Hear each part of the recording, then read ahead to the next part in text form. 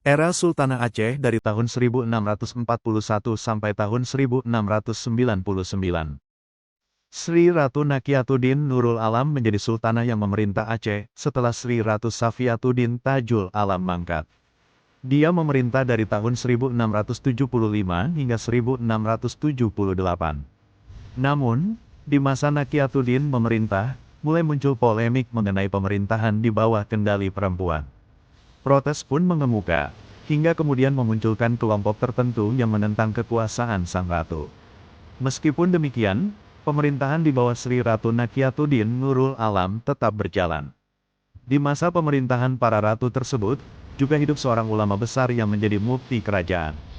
Namanya Syekh Abdurrauf As-Singkili. Beberapa sejarawan menyebut, pemerintahan para ratu mendapat restu dari ulama tersebut. Di sisi lain, beberapa sumber menyebutkan bahwa sultanah hanya lambang dari pemerintahan di Aceh. Sementara urusan kenegaraan berada di tangan para pembesar istana, seperti Dewan Ulama dan para ule bala. Wallahu a'lam.